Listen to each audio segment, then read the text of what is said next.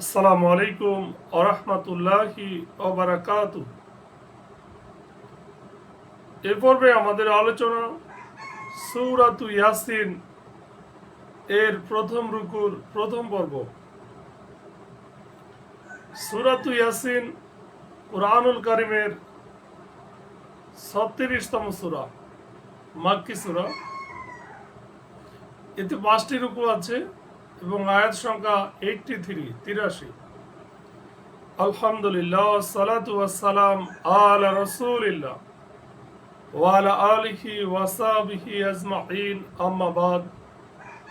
আউযু বিল্লাহি মিনাশ শাইতানির রাজিম। বিসমিল্লাহির রহমানির রহিম।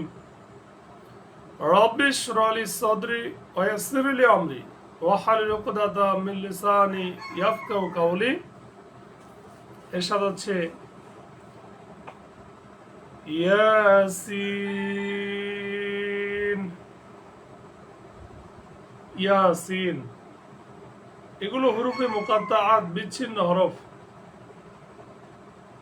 শপথ হিকমতপূর্ণ কোরআনের, ওয়াল কুরআনিল হাকিম, মানে বিজ্ঞানময় কোরআনের শপথ। আপনি অবশ্যই রাসূলগণের অন্তর্ভুক্ত। ইন্নাকা লামিনাল মুরসালিন। আল্লাহ তাআলা এখানে সাক্ষী দিচ্ছেন যে রাসূল, আপনি অবশ্যই রাসূলগণের অন্তর্ভুক্ত। আপনি সরল সঠিক পথে প্রতিষ্ঠিত। আলা সিরাতিম মুস্তাকিম। এ কোরআন মহা পরাক্রমশালী, পরম করুণাময় আল্লাহ তাআলার পক্ষ হতে অবতীর্ণ। তানজিলুল আজিজির রহিম, যাতে আপনি সতর্ক করতে পারেন এমন এক সম্প্রদায়কে যাদের বাপ দাদাদেরকে মানে পিতৃপুরুষদেরকে সতর্ক করা হয়নি, কাজেই তারা আল্লাহর নিদর্শন সম্পর্কে উদাসীন। লিতুনজিরা কওমান মা উনজিরা আবাউহুম ফাহুম গাফিলুন। জেনে বুঝে আল্লাহর অবাধ্য হওয়ার কারণে তাদের অধিকাংশের উপর তাদের অন্তঃকরণে সিল লাগিয়ে দেওয়ার বাণী অবধারিত হয়ে গেছে, কাজেই তারা ঈমান আনবে না। আল্লাহ বলেন, লাকাদ হাক্কাল কওলু আলা আকসারিহিম ফাহুম লা ইউমিনুন। আমি তাদের গলদেশে তাদের জিদ ও অহংকার বা জিদ ও অহমিকার বেরি পুড়িয়ে দিয়েছি, আর তা থুতনি পর্যন্ত গিয়ে ঠেকেছে, কাজেই তারা মাথা খাড়া করে রেখেছে। আল্লাহ বলেন, ইন্না জাআলনা ফি আনাকিহিম আগলালান ফাহিয়া ইলাল আযকানি ফাহুম মুকমাহুন।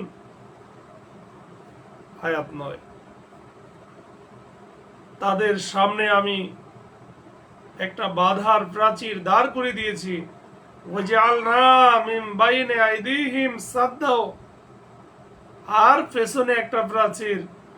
ওমিন খলফিহিম সাদ্দাও, উপরন্তু তাদেরকে ঢেকে দিয়েছি, কাজেই তারা দেখতে পায় না। ফাগশাইনাহুম ফাহুম লা ইউবসিরুন। আপনি তাদেরকে সতর্ক করেন আর না করেন, তাদের কাছে দুটোই সমান, তারা ঈমান আনবে না। ওয়াসাওয়াউন আলাইহিম আআনযারতাহুম আম লাম তুনযিরহুম লা ইউমিনুন। আপনি তো সতর্ক কেবল তাকেই করতে পারেন যে লোক উপদেশ মেনে চলে আর দয়াময় আল্লাহ তাআলাকে না দেখে ভয় করে। ইন্নামা তুনযিরু মান ইত্তাবা'আয যিকরা ওয়া খাশিয়ার রহমান বিল গায়ব। অতঃপর এদেরকে আপনি ক্ষমা ও সম্মানজনক পুরস্কারের সুসংবাদ দিন। ফাবাশশিরহু বিমাগফিরাতিন ওয়া আজরিন কারীম। এ পর্বের শেষ আয়াত, আয়াত 12। আল্লাহ বলেন, আমি মৃতকে জীবিত করি আর লিখে রাখি যা তারা আগে পাঠিয়ে দেয় আর যা পেছনে ছেড়ে যায়। ইন্না নাহনু নুহিল মাউতা ওয়া নাকতুবু মা কদ্দামু ওয়া আসারহুম, সবকিছুই আমি স্পষ্ট কিতাবে সংরক্ষিত করে রেখেছি। ওয়া কুল্লা শাইইন আহসাইনাহু ফি ইমামিম মুবিন। সাদাকাল্লাহুল আযীম।